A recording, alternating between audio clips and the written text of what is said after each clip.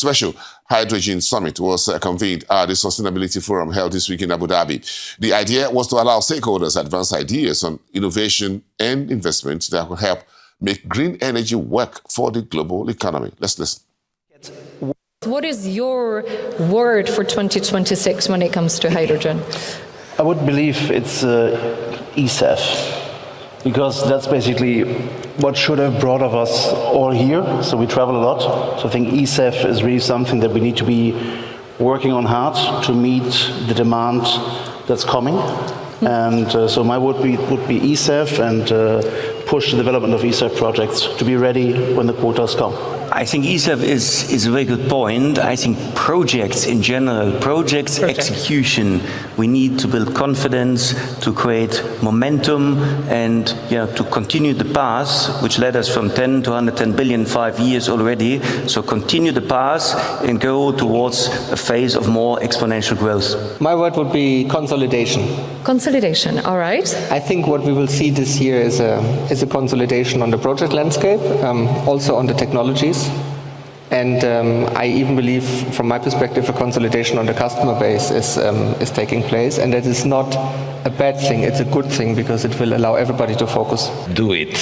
Do it. Do it. Don't think about it, do it. Wow. And we need to prioritize. I agree with all the other words, of course. We need to look into short-term uses, real uses of hydrogen and e-fuels, and then prioritize everything, infrastructure, subsidies, everything that is needed for the project to be done. I want to see hydrogen flow.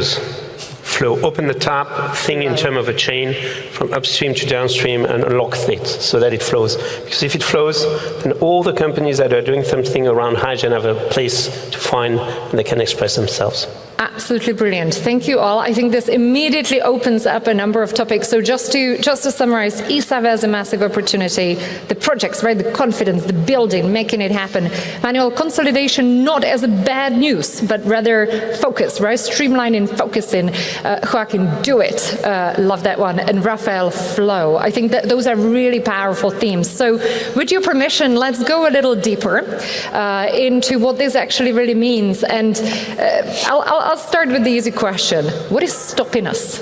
What is stopping us from doing it? Where do you see the biggest challenge right now? Rafael, if I may start from that end. I think that in a certain number of hydrogen chains, we do not think super efficiently from end to end. Sometimes we completely forget that there's going to be a terminal, a landing point, a cracker. You think about, on the one hand side, the production, and on the other hand side, the off-taker. I think our Japanese friends have been very successful in thinking about that. If you look at the project that have been supported by the government, they really look at from the very top to the very end, and they look all around the chain, and then they look at where the Japanese companies are active and making sure to pick and support with public money only the project where it's really clear from end to end and with Japanese players all along the chain. I think that everybody should learn from that approach. So that coordination, that structure, and the orchestration of, tell us more. Yeah, I think from what my colleague said, make it simple, look at it from a very operational point of view, and unlock it from having a pure industrial approach. Not just a question of vision of regulation. Make it happen, make it simple, and do not forget a single point. Too often, one part is missing. I totally agree with my colleague. I think there are three main things that is stopping many players from taking decisions, investment decisions. One is lack of visibility of the demand.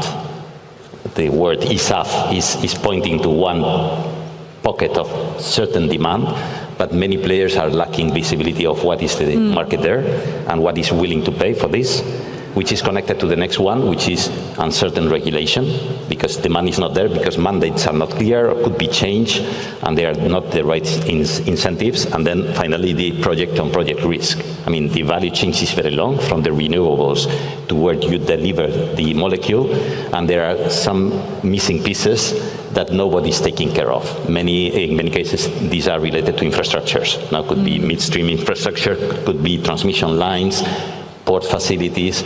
So I think these are the three key. To build on what Joaquin said, the I think we lack consistency in the approach how we look over continents, in the approach how we develop the projects, how we manage the risk inside the projects, because there are still too many options on the table. And I think this effect of consolidation, which I appreciate, will help us to rule out some options and focus on how to resolve the issues that are really at hand.